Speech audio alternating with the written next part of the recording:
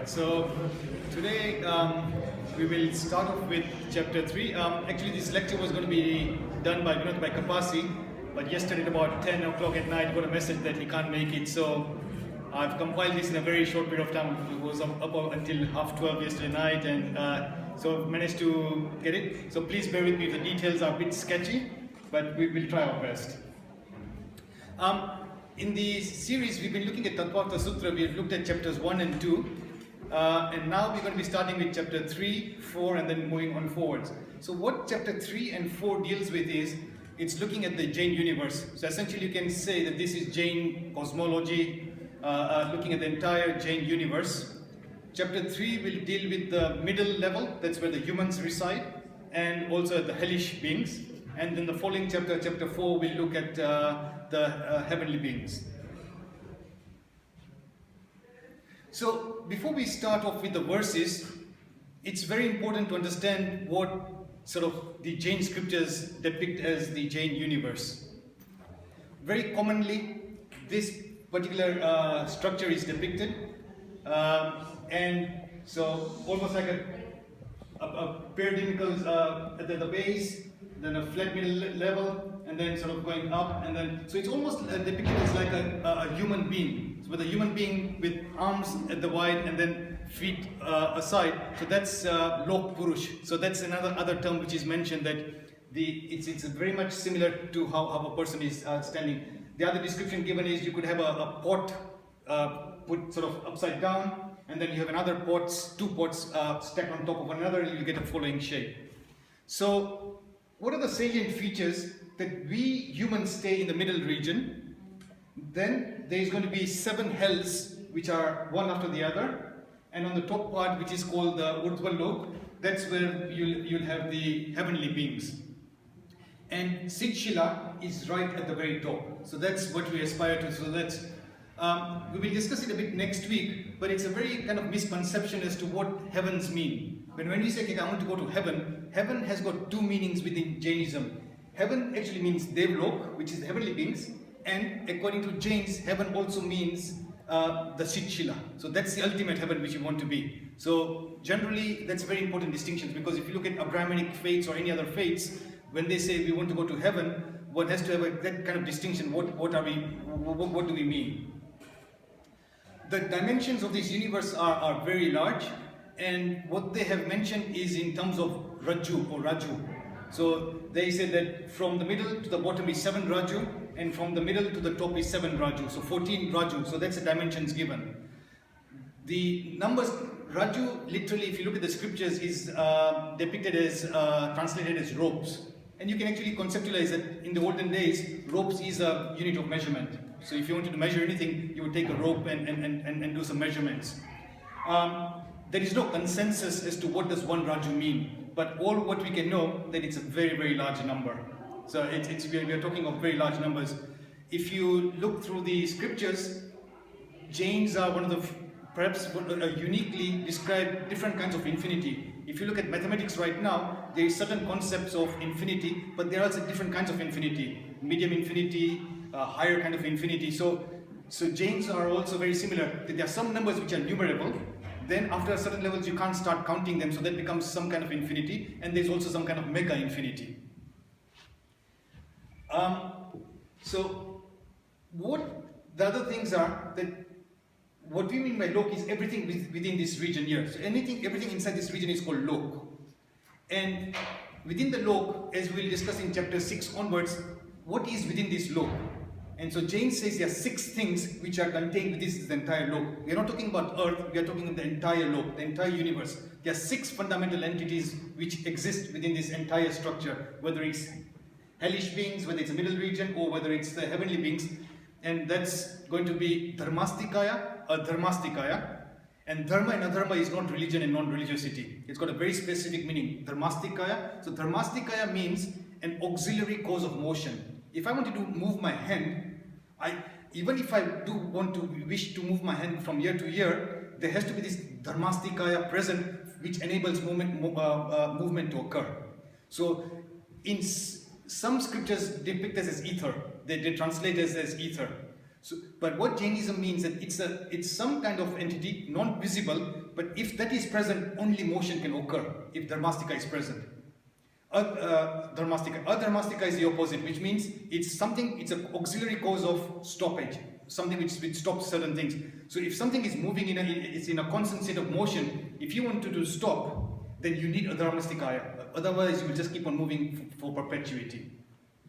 And very simply, what they've described in the scriptures is that motion or stoppage, it does not cause you to move or to stop. It's almost like saying if a fish is in a sea, and if the fish wants to move from point A to point B, it needs a medium of water. So the fish cannot move without the water being present. So that water is like Dharmastika, and Adharmastika is an auxiliary cause. It's not a direct cause that Dharmastika is actually pushing you and making you move forward.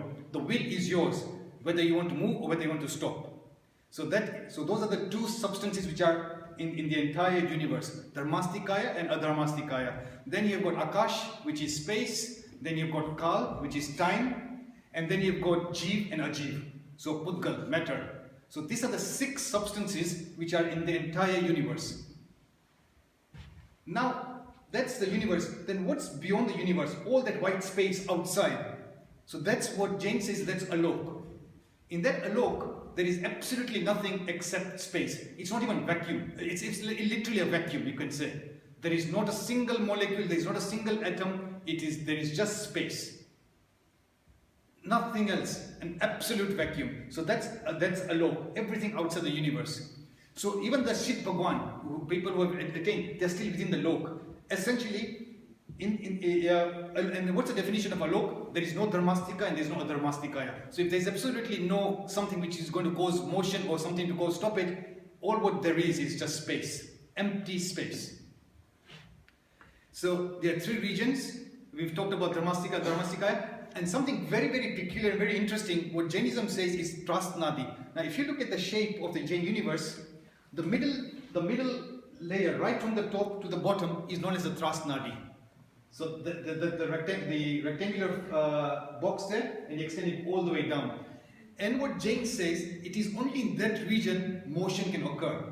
So if we are able to move, we have to be in that middle part of the region. So if you are in this kind of state here, you can't move. You can only be like, for example, trees cannot move or certain animals cannot move. So Trasnadi, so even if there's any angels or any hellish beings who have got the capability of movement, that movement can only occur in that Trasnadi which goes right from the top to the bottom, and that's 14 Rajlok, but only in that one Raju. So that width is, because the width from here till the end is 7 Rajus. So whatever that 7 means. So that is the one Raju from here and going all the way to the top. So that's the only region where any movement of any living beings can occur.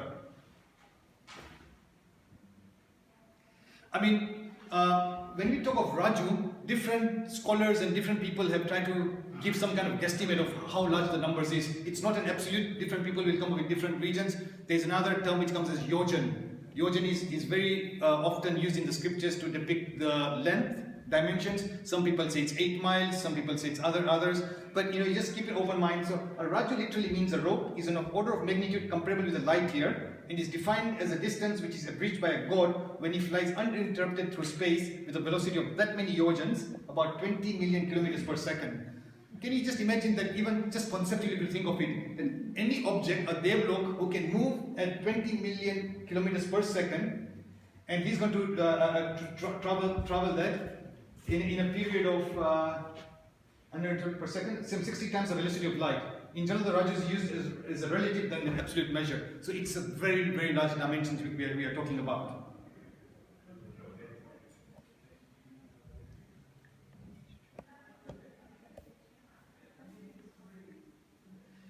Okay, so the emphasis for today's talk is going to be obviously focusing on the middle region and the lower region, the hellish beings.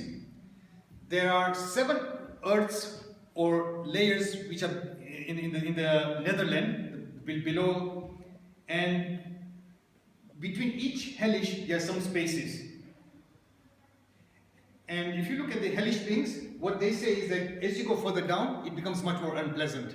So the pain, the severity of all the discomfort is all going to keep on increasing as you go from level 1 to level 2 to 7th hell.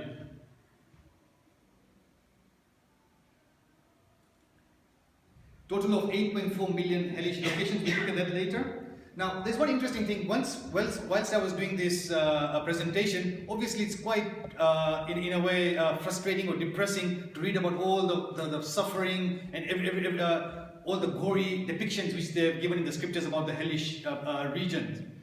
But one thing is quite interesting is that if any of us here, of anyone who binds a Tirthankar Nam Karma, so if anyone who's going to become a Tirthankar, from what I've read, that as a natural law, that Tirthankar has to go into the seventh hell.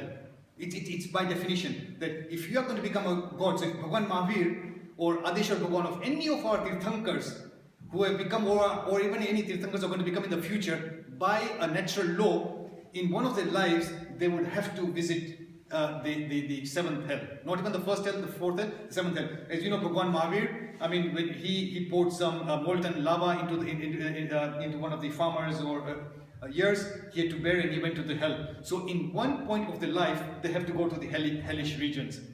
And so that actually gives us a sense of hope. That, you know, you might go into hell, you might have a lot of sufferings, but if our Tirthankas have gone to the seventh of hell, and yet if they can achieve salvation, then there is hope for us that we might become as atrocious. So for example, the person who committed the atrocious crimes on last 2 days ago, whilst a lot of the people might think that, you know, he should suffer. So even someone who has done such atrocious crimes, they still hope for such people. If they think that what I've done wrong in the future lives, there is still hope for these people. So we might think that they might be suffering for the deeds which they've done, but all what we pray and hope for is that these people then start getting, or even anyone who does such atrocious things, you have a shift of your thinking, and then you elevate yourself.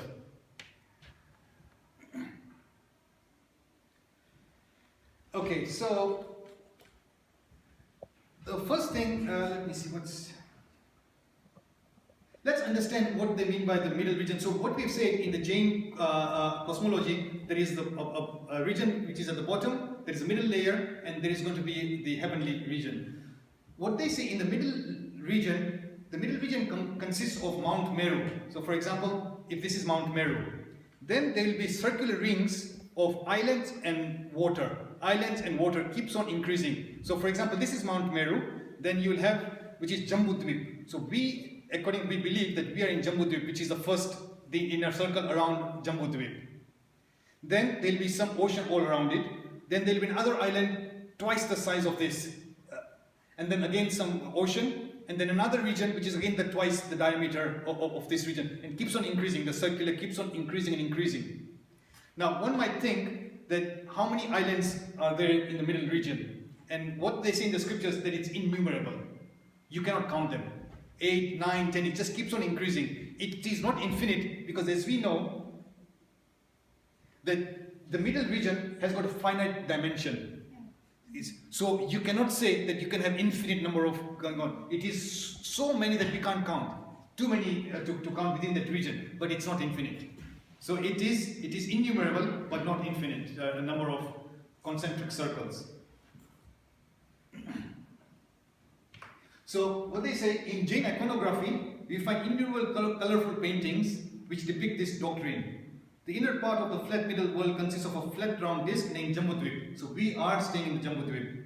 It is surrounded by saltwater ocean, which we can see that there is oceans around us which are saltwater. In that ocean are islands inhabited by strange creatures whose bodies are a combination of limbs and head. Something outside our present experience. Around the ocean is a ring invisible to normal eyes, so we cannot see, or at least the scientists have not been able to then validate the other islands and seas.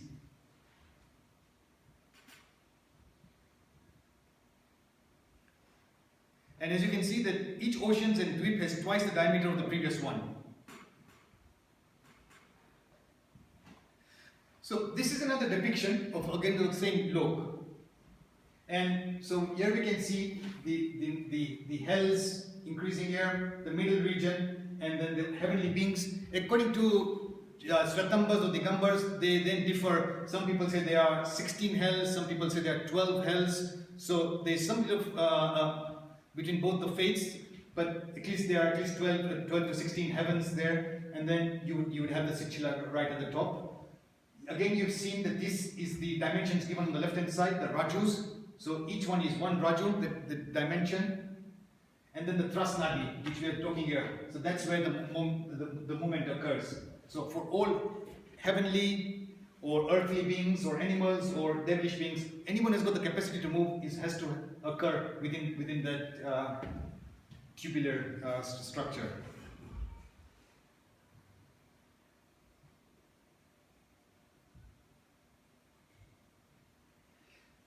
Okay, now let's just focus on Jambudvip itself. So now in this Meru Shikhar, this diagram is just depicting this Jambudvip. So that's just the first island out of which we are part of it.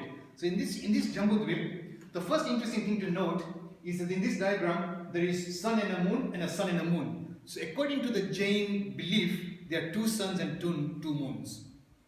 Now, this cannot be a far-fetched idea because if you look at through the Google, people are talking about parallel universes. So even scientists are open to the idea that we could not be the only universe. There could be another parallel universe somewhere else. So before this could have been a ludicrous thing, but now if you keep an open mind, then it is possible to see that what Jains have suggested is that two suns and two moons.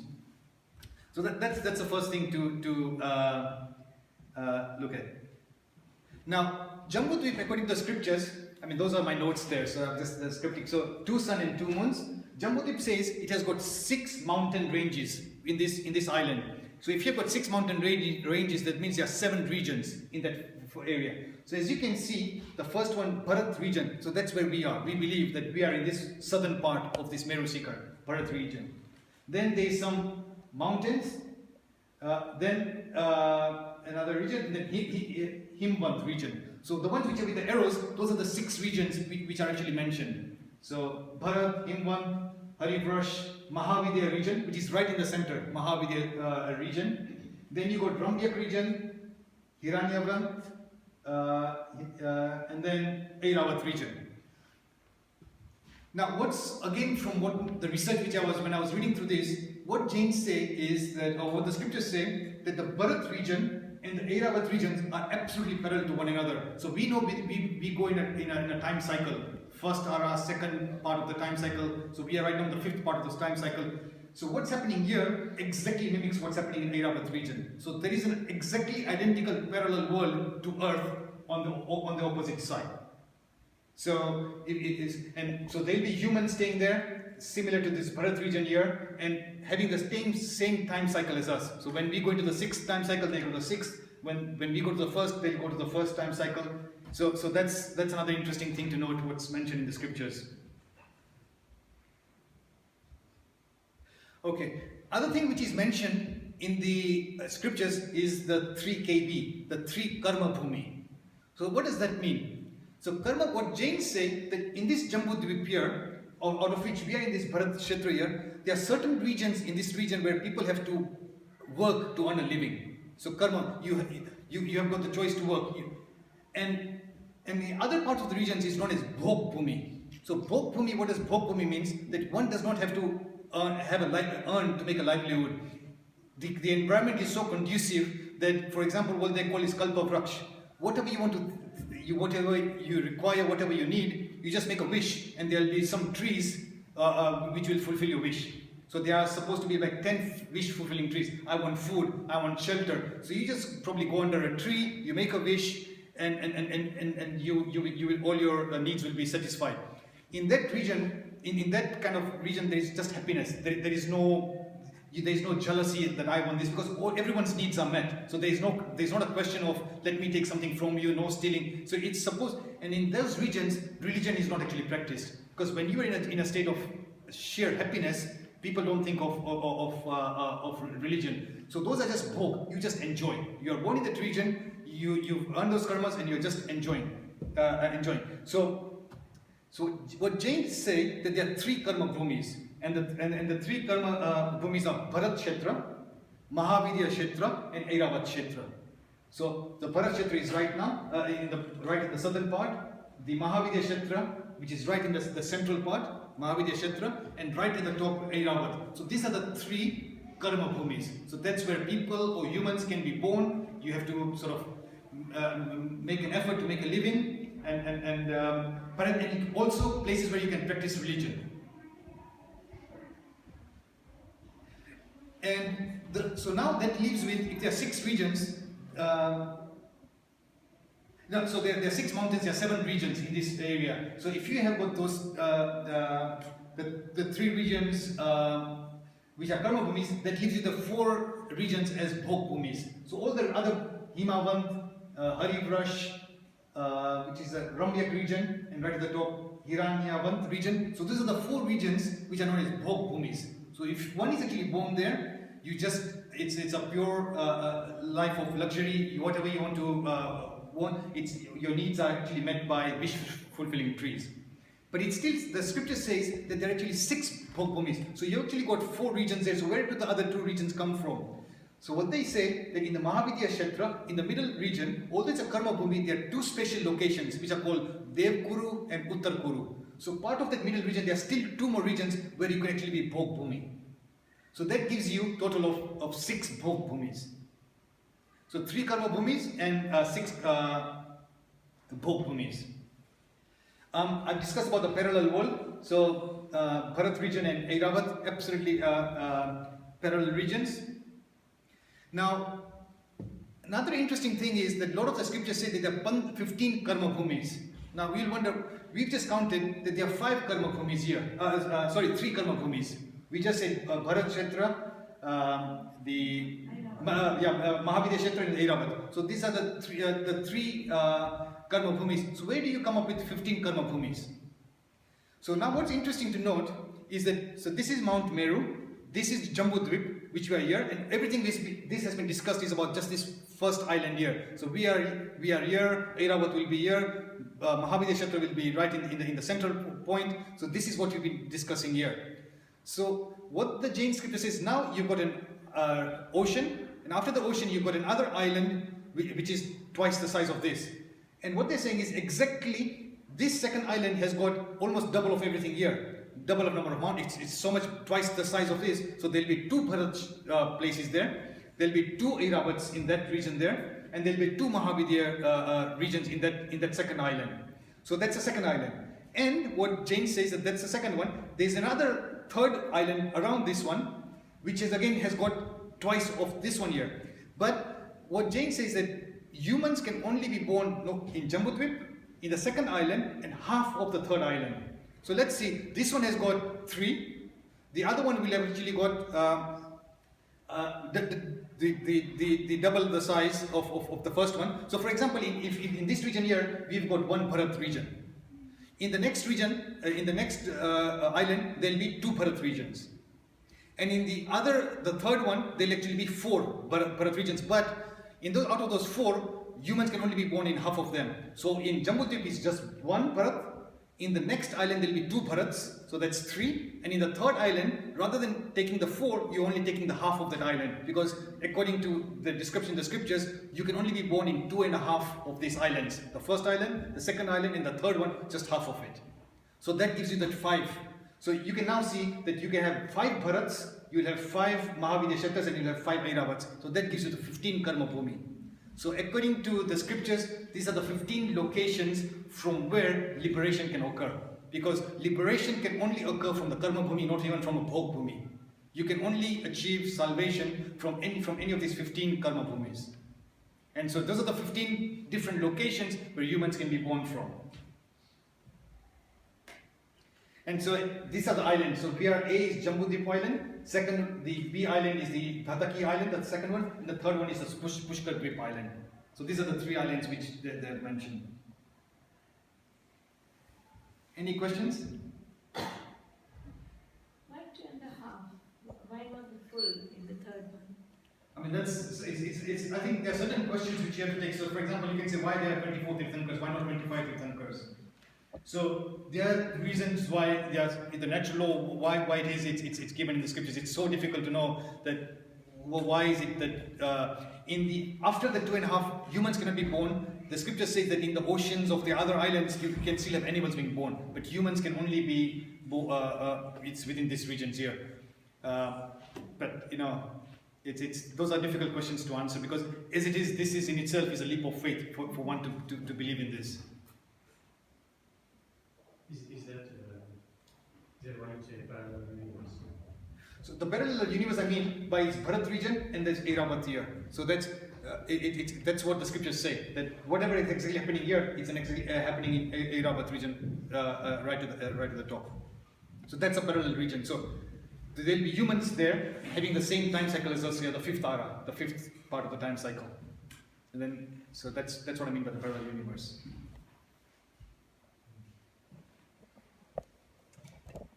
This is again just different diagrams which come from the internet, just showing the same kind of Mount Meru. Now what's interesting is in the Mahavidya kshetra, which is the central region, as you can see that it has got, on each part, it's got 8 boxes on the top, 8 at the bottom, 8 on this side and 8 on this side. So Mahavidya kshetra, according to the scriptures, it goes 32 regions. So those are the 32 regions of the Mahavidya kshetra. And according to our beliefs, Simandar Swami is actually on the northeast corner. So that's where it says city. That's what we believe, that Simandar Swami is actually residing there right now. According again to the Jain beliefs, there are 20 Tirthankars right now existing in Mahavidya kshetra.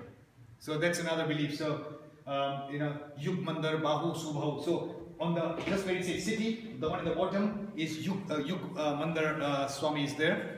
On this side is Bahu and Subhahu. Those are the 4 names I know, but there are other 20 regions where there are actually Tirthankars residing there right now. So that's the Mahavidya kshetra. And another thing which is mentioned in the scriptures is that whilst we in the bottom and Airavat go through time cycles, what's the time cycle on the Mahavidya kshetra is stuck at the third ara, whatever is conducive. So that's the reason why at any given point in time there is always going to be a Tirthankar who is going to be residing in Mahavidya kshetra. So from that point of view, it also gives you some sense of hope. So a lot of the people who are there right now, when you ask as a casualty, what would you want to wish after you die? We all, or generally most Jains will say, I would like to be born in the Mahavidya kshetra. Because right now we know that there's a Tirthankar existing there right now, and if you were born there, and if you had the good fortune of listening to the sermons, then liberation is much more closer. So for most people, that's what one aspires to. That after this life, we would like to be born in one of these regions here. The lifespans of the Tirthankars are huge. From what I understand and from what I read, Simandar Swami was born at the time of Lord Muniswarat Swami when he was on earth in this place here. So as we know that we are talking of thousands and thousands, even millions of years. So Simandar Swami is going to attain liberation when he's going to go to moksha. In the next ara, when we start getting our Tirthankars here, the first, second, third, if I'm not mistaken, is the 9th Tirthankar. When the 9th Tirthankar is going to come on our Bharat kshetra, that's a time when Simandar Swami will actually go to moksha. And someone else then will become Tirthankar there. So can you imagine the age spans of this? So all this could be science fiction to you. We are talking of very large numbers, and as I'm going to say that even next week, you could have J.K. Rowling having Harry Potter and all these kind of books talking to you about all fantasy things. If you don't believe in it, at least give credit to the person who has got such creative imagination to think of such things here. So at least one has to give credit. If you don't believe in this is all fantasy and all seems to be fiction, then one has to give credit for people who have written such scriptures and have had the foresight to think of these things. And if you do believe in it, then then you can just see that to what extent people have discussed the Jain universe. Another very nice pictogram depicting the same kind of thing. So there are numerous of these pictures which if you search through the internet, saying the same thing. Mount Meru at the central point, Bharat at the bottom, Airavat at the top, sort of a lot of the mountains, rivers, animals, and huge amount of detail. I mean, it really goes into so much detail as to say which river goes from where to where. It gives you names of rivers, gives you names of mountains. It's a lot of detail which has been given in this. Again, just to give you another, just quite a few diagrams saying thing. So right now, again, the same cross section. Number 1 is the Jambudvip. This makes it a little bit more easy to visualize. Then you have got the ocean, Kalota the ocean. So that's a saltwater ocean. Then you have got number 2, which is number 1 is the Jambudvip, then you Lavana Ocean, which is a salt water ocean. Then you got the second region, which is the which is the Dhataki continent. Then the ocean around it, and Pushkar Ocean. So these are the three regions where humans can be born. And even if you look at some of the prayers, Javant Kevi Sau Barhe Rave Mahavidya.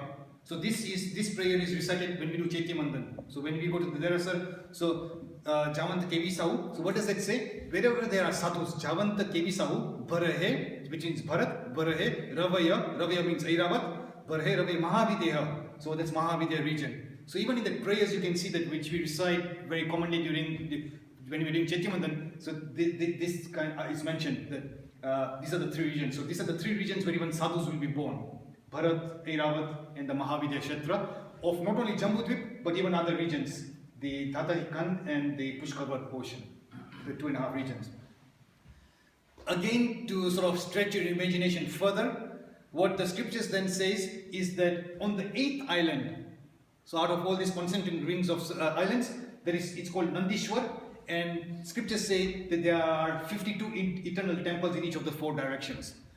So they are actually Jain temples or temples of jinas in each of the 4 directions, and many angels who have got the power to move across, they would come and pay the respects at this kind of. Obviously, we can't go there right now, but if you are an angelic being and you've got the power, not even all angels. Even there are different categories of angels, and certain angels with certain powers can then go and pay the respects in this kind of temples here.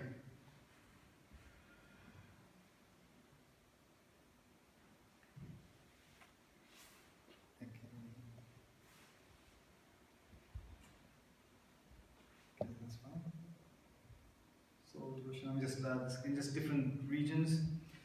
Now the interesting thing which they are saying is that if you look at the diagrams here, what they are saying is that in each region, whether it's Bharat region or Airavat region, what they have then said is that they are within the regions where humans can be born, there are 2 different regions. One is called Aryan and one is called Un-Aryan. And Aryan, generally, people say that we are of Aryan faith, but generally, traditionally, what it means is Aryan means that people who believe in liberation. So those are called as Aryan people, and in these regions they are going to. So that's a noble thinking men. And in the same region, you'll have Un-Aryan people who don't believe in liberation. They said, I don't believe in any of these things of moksha and see. So there are 2 categories of people again within each of these regions here.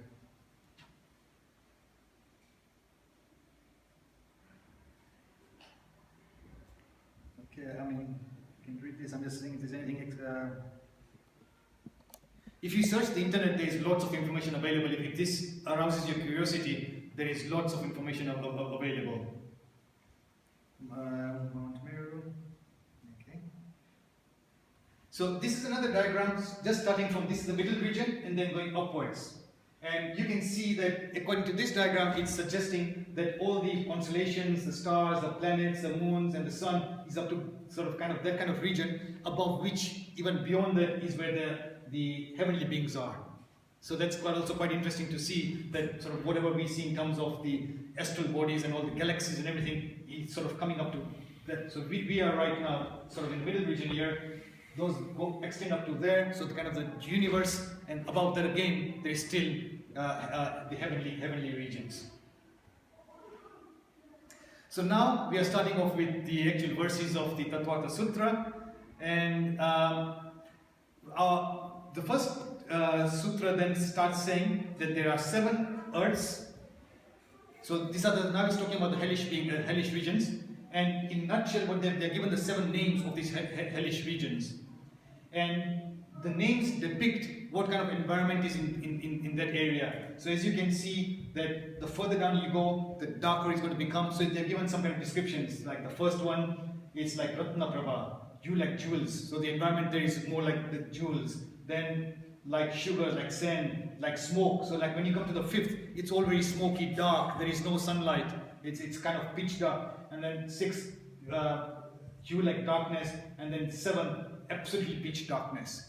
So these are the kind of the 7 names given in the first verse.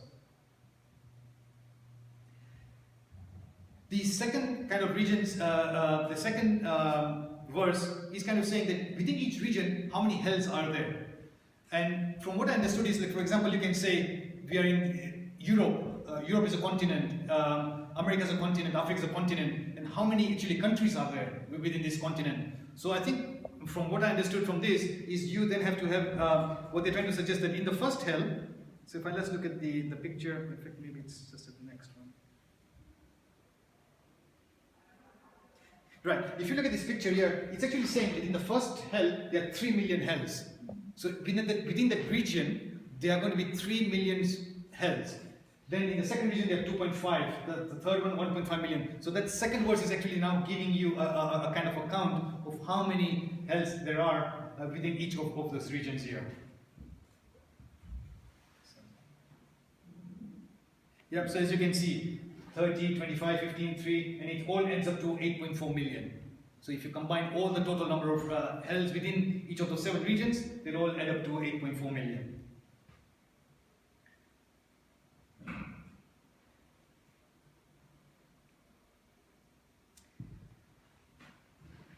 This is kind of interesting, Sutra number 4. Very many of us have heard of the aphorism which says, Parasparo Graho Jivanam.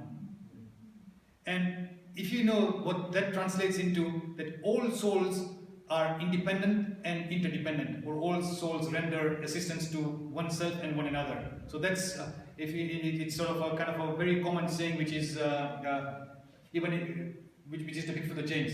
So look at this, it's very similar here. Parasparo Dirita Dukha. So in the hellish regions, the tortures of hellish beings are produced by themselves for another.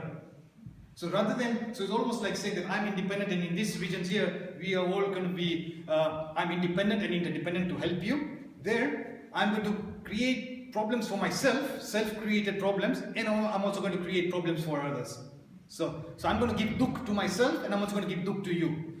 So that's kind of the fourth aphorism, Parasparo.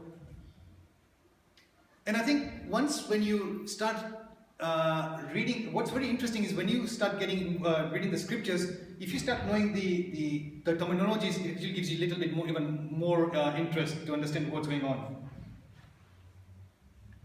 The 5th sutra says,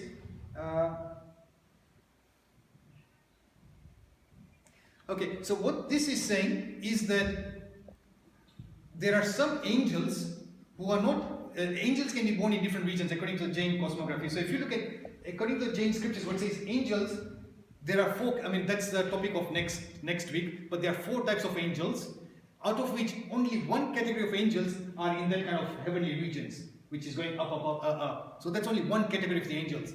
The other 3 angels, they could still be residing in the middle regions, or some of them could even be going up to the first hell. So they've still got angelic properties, they've got the powers of an angel, but that still they can go to the first hell, or they still stay in the middle region.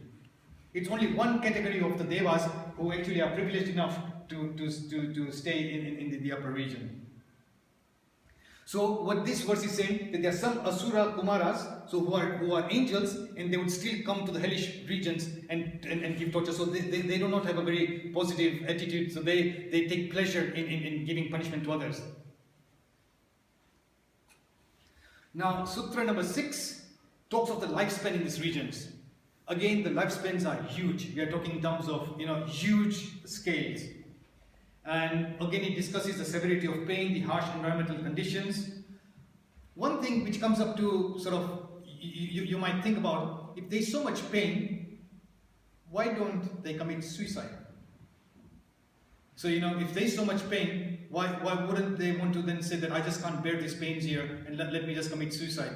And the reason is they've got a protean kind of body. So what that means is that our body, if you chop off my limb, I'll die. Whereas in the protean body, it's like a jellyfish or something. So if you cut off something, it might separate, but it will again join back. So it's that kind of the body. So until that separates you, you can cut, you can pierce the body, you can do whatever to that body, but that body is not going to leave your soul. So that's the property of that protean body. You can change shapes, you can do this. The body can separate out. You can be out here, but again, it will join back to yourself. So essentially, there is nothing we can say that you can say. So no one else can take your life besides after your time period is over. This gives you the 7 hells, and it's giving you the maximum lifespan and the minimum lifespan.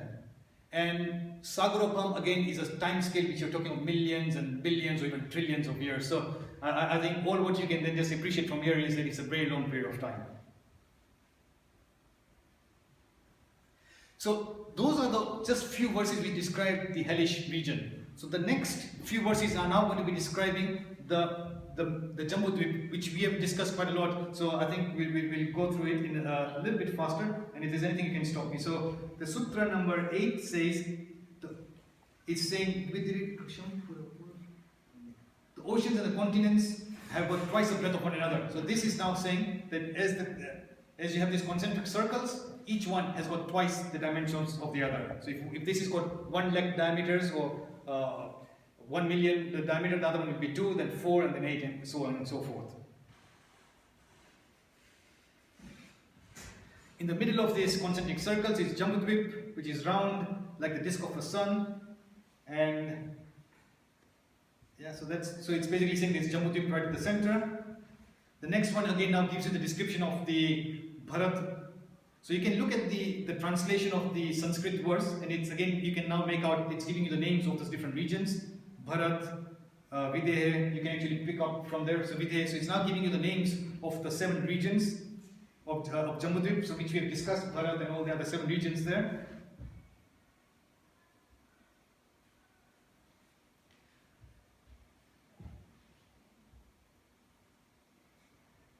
Yep, so this again gives you the Bharat, Kshetra, Himvant, Harivarsh, again just giving you the 4 points Mahavidya, so it's easier to visualize.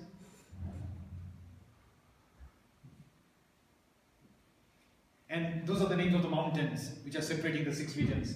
Himvant, Maha, Himvant, Nished, Nilvant, Rukim, and Shikri. This is now showing you that why do we say that the first region has got 1 Bharat. So now you can see that this is the Dhati Khan, which is the second island. So in the second island has got Bharat and Bharat. So whereas Jambudvip had only got 1 Bharat, this one has got 2 Bharats, has got 2 Himvants, 2 Harivarsh, 2 Mahavidya. So everything is twice. And the third island will again have 4 of them, but you're only taking half the island. So it's going to be 2 of those, 2 of this, and 1 of our Jambudvip. That gives you the 5 Bharats.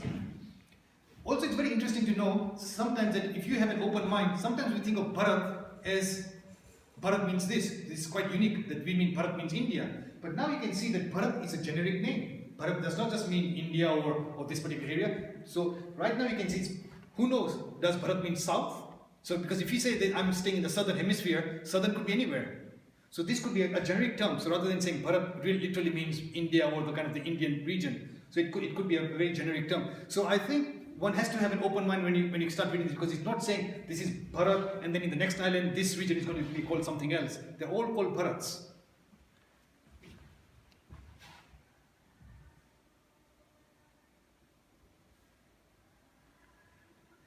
We also discussed this, that within the human regions where humans can be born, there are 2 kinds of people, Aryan and non-Aryan. So Aryan means pious, and the second one means non-believers. A unique feature of souls being born in the karma bhumi is that they have to have this asi, masi, and krushi. So these are the 3 things that people who are born in this kind of region, they need weapons to defend themselves. There's going to be masi, so that's what we believe that Adishar Bhagwan, when there was no civilization and when civilization started on this earth here, that this is what Adishar Bhagwan is the first person to have taught human beings or mankind these 3 things. Weapons, masi means literacy, to write, to read, and krushi means agriculture. So 3 basic things for survival.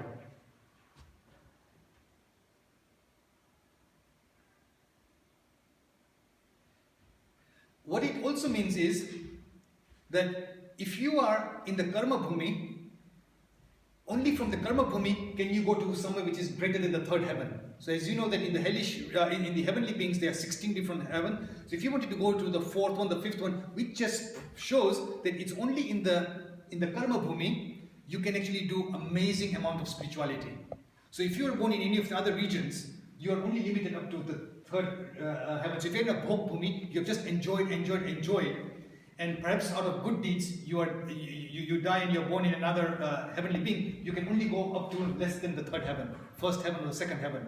It's only when you're born in a karma bhumi, where you got the choice of practicing spirituality, then you can escalate to heaven greater than the third heaven. And on the same note, it's only from the karma bhumi that you can commit such atrocious crimes that will take you to the seventh hell. So you could be born in some other regions, you would just not be able to do such hideous crimes, which might take you to first hell, second hell. So it's only this karma bhumi. So it's got both extremes. Extremes of liberations and extreme of taking you right to the bottom pit.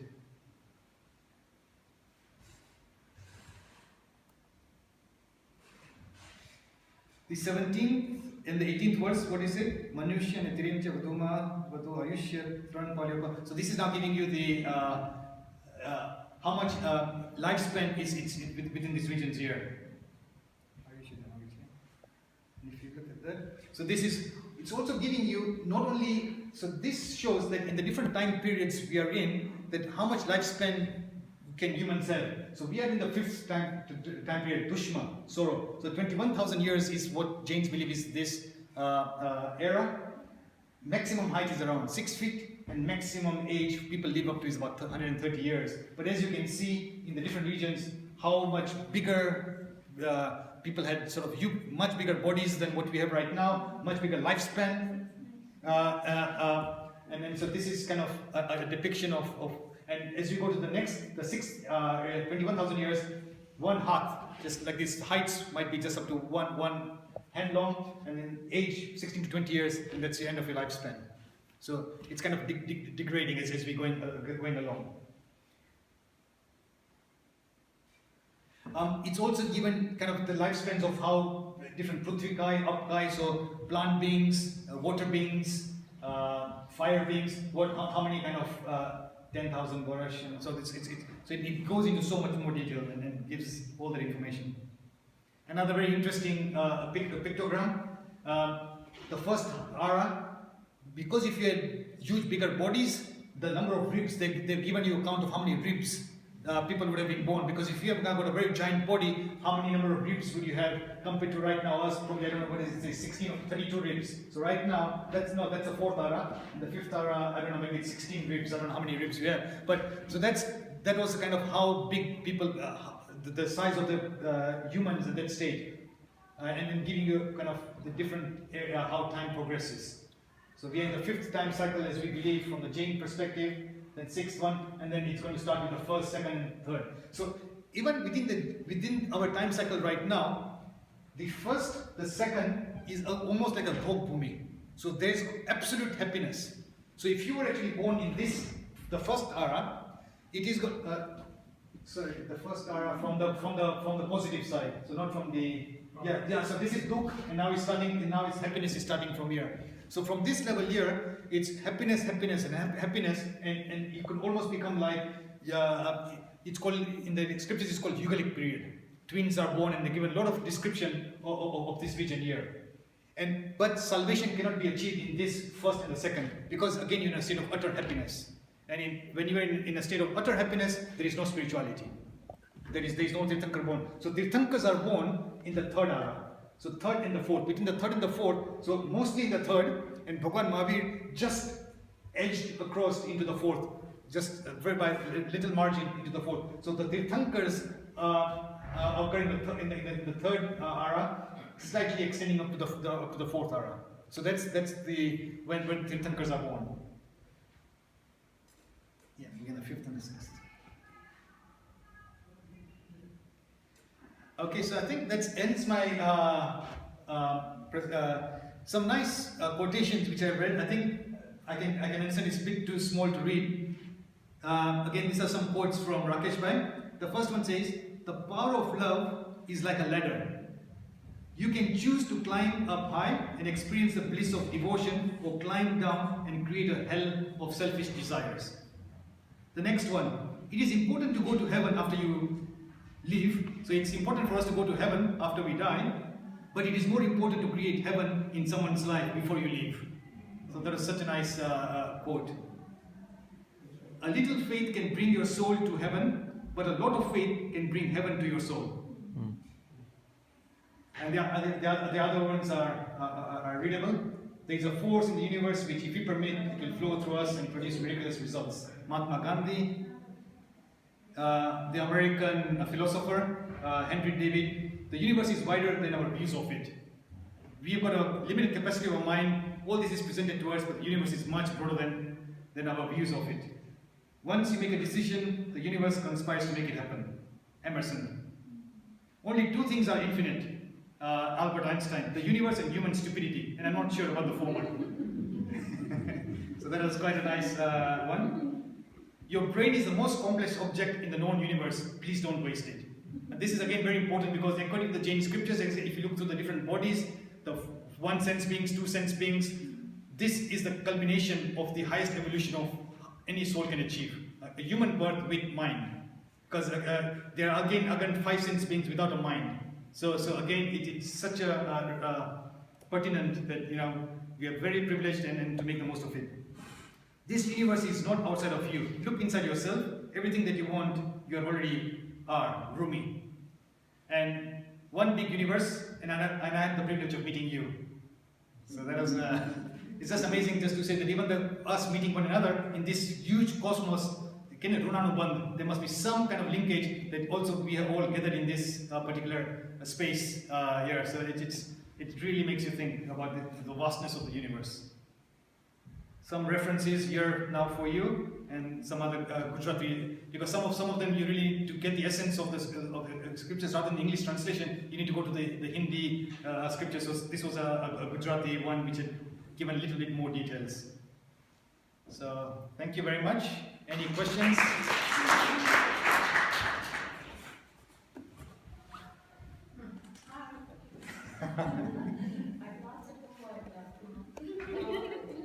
You said in that middle, last the Mahavidya kshetra, there are 20 Tirthankars. So why do we always worship and talk about Simandar Swami, not Dada? From what I've read, there's Dada Bhagwan and there are other people who have written a little bit more on the Simandar Swami. And what they said is that Simandar Swami was in his previous lives born on earth.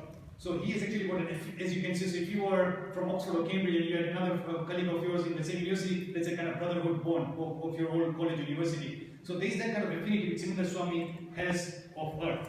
So the other, we do not know much about the other Tirthankars, but for Simandar Swami we know that in his previous lives he had a life on earth, and in his other lives he's now born here. So it's that kind of affinity, and therefore we then sort of we believe in him. So technically one can go into any of the other Tirthankars in any other regions, but Simandar Swami is the most noted.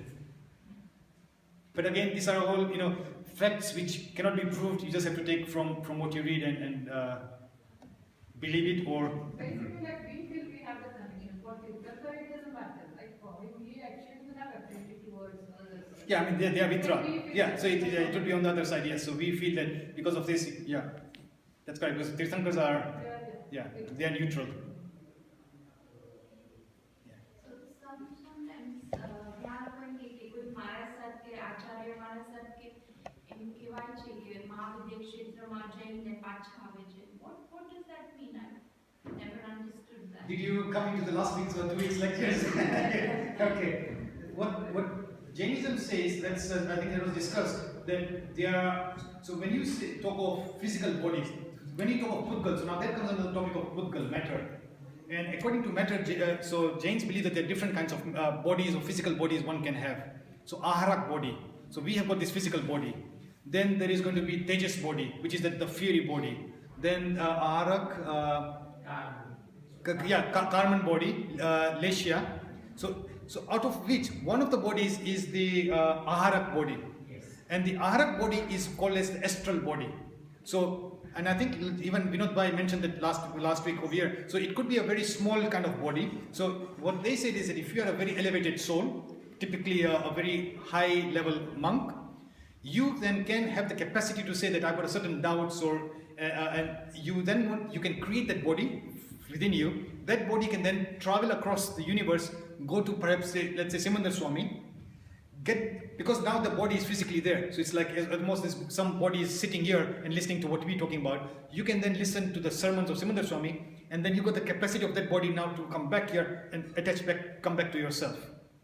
So that's known as kind of the astral travel. So it's a body which you can create. It extends out of you, and it comes back to you. And it's quite simple. I think once I actually saw a documentary on BBC on the penguins. I don't know if you saw that. Penguins stay in kind of in the northern hemisphere, and the documentary was showing that there are thousands and millions of penguins, and one father penguin will go out to the sea, get the food, and if they're all walking back and trying to give food back to the family, and we as when you're watching the program saying, how does this person actually recognize where to go? Because they all look so alike, and how does it know that this is my wife or my kids and I want to give this food to my wife? And so it then actually makes you wonder that in this vast universe, that body can go back and that body can come back to you. That body will, it's not going to go to someone else. You created that body, it's going to travel out, and that body is going to come back to you. But as I said, these are kind of things that one has to have either, as I said, there are two ways you can look at it. Either you can think of it as a pure science fiction and enjoy reading it like Harry Potter and J.K. Rowling's book, saying, wow, phenomenal amount of creativity, ingenuity, how people could think about such things. And give credit to that rather than just being very cynical and saying, oh, utter rubbish. Because, after all, if it's all fantasy, then it's a great fantasy to read. And if it's not, then at least you've got some guiding principles as we go along, which I'll discuss next week. Why is there a need to discuss hells and heavenly beings? And one of the reasons which I could come up with is that we as humans, either we need a stick or a carrot. That if we have got the description of the hellish beings, it might stop us from doing some hideous crimes. Like if I do these things, this is the fate I might suffer. Or if I do these things, I might then be born into angelic beings. But again, the scriptures warn us that, we do not want to be born in such a thing. I want to enjoy the pleasures of the heavens. We actually want to even transcend that and go right to Sitshila. But by having this, at least then your mind is open that, yes, it is necessary sometimes to read such descriptions. I mean, it is nice to read the hellish, the heavenly part of things, because that's all very nice and rosy to read. The hellish beings is very gory. But again, it's a kind of a stick for you to know that, this. And the other thing is that out of pure statistics, if we believe that our soul has no beginning and no end, then statistically speaking, all of us would have been through all the regions even before we are here right now. So technically speaking, all of us, without exception, would have been through first hell or second hell or first heaven, sixth hell, just because we've just been roaming through the universe, and it's through infinite time in the past. So in that way, again, it gives you that kind of hope that, yes, it is, we don't want to go back to the lower regions, we want to escalate higher and then go to get out of this cycle. Can you just add something? At Tattvartha Sutra University, check it. I request all of you to please attend regularly. If you attend at random, you attend one class and then you sort of listen to, because obviously they are all connected, all the chapters are connected. Even this chapter which Rajeev did, which is quite a difficult topic to teach and what he's going to talk about next week. They are all connected with what we are going to be doing next term as well. So I would request, if you are sincere scholars, તમારે સાચે તત્વાર્થ સમજ હોય, which is આપણો Jain dharma, which is our Jain dharma, then you need to please come regularly and attend with our faith, because there is always something you will gain from these classes. There is never a time you will go home and thinking, what was this about? You will always gain, and any positive knowledge gain will always help. You mentioned 8.4 million hells. When we do Pratikam and we do 84 lakhs. That's different. So it's like Jivoni Maya. Yes. That's So different. is it a different yonis than Yeah, there that's- is a 84? But then why do we say 4 lakh? They are not there, and here it says 8.4 types of. So, yeah, I think it's quite a complex topic, and the answer I might give you might not be that accurate, but from what I understand, generally when we say Sat lakh Prithvi kai, Sat lakh up kai, the common translation given is species, which I don't believe it's right. It's not 7 million, because then we say there are 14 lakh, 1.4 million species of humans. So what that yoni means is places of location of birth. And that place of location of birth is not only that location, but it means that if you're going to be born in the human, as a human, you need to have the 5 senses, you need to have this the color, the touch. So because Jain believes that there is matter, so the matter has got touch, taste, color, and so much. Whether you're going to get 5 senses, 4 senses. So it's a kind of a multiplicative way of saying. So Sat Lakh Narki. So you can say, okay, I'm going to be born in this regions here. If I'm born in this regions here, I will have this many senses. I will have this many touch factors. When you start multiplying this together, you will come up with that Sat Lakh. So locations to be born multiplied by the number of senses, by the number of touches you might have, the number of so it's that kind of multiplicative which will come up to that Sat Lakh Prithvikai, Sat Lakh Apkai, and like so 14 lakh Manushya Vankare. So that makes 84. so that means that as our soul, there are 8.4 million places where we could be born. That covers the entire thing: Prithvikai, Apkai, Devukai, all the different forms of life beings where our soul can be born into. And so, if you are born as a Prithvikai, you will have that Sat Lakh. So there will be 7 million different types of. I'm born in this region here, multiplied by this. I've only got one touch, multiplied by this many number of regions I could be born into. So it's some kind of multiplicative figure to come up with that. But it's not species. It's not saying that they're yeah. But when you mentioned in here, So it's a coincidence.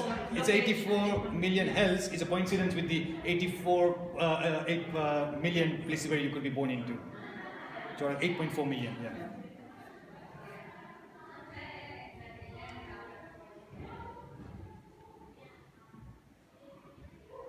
I mean, recently there are a lot of scholars who are actually doing a lot of research from a scientific point of view.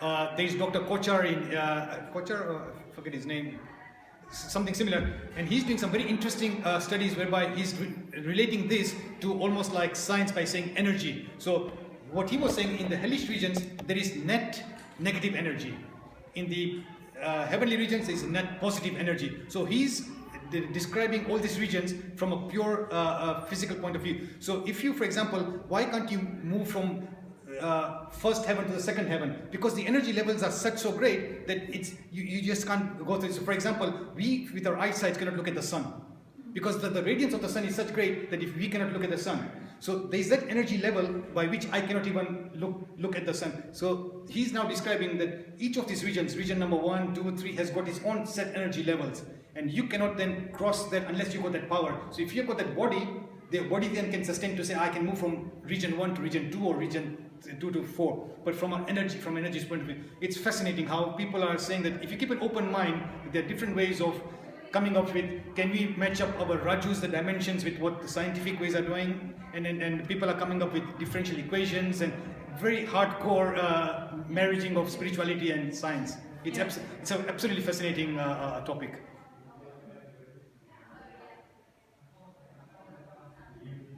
Okay, Jai Jain. Thank you.